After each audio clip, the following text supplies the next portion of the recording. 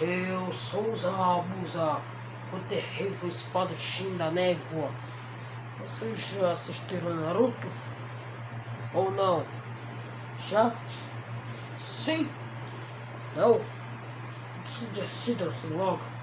Eu vou pegar minha kunai. Ou eu posso pegar minha super espada. Eu vou cortar o Naruto no meio. Sasuke também, Kakashi. A Sakura, aquele velhote Hokage também vai pra pó. Ah!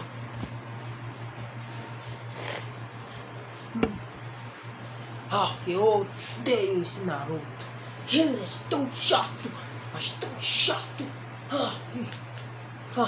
Galera, vocês viram um super vilão por aqui? Hã? Era o Zabuza.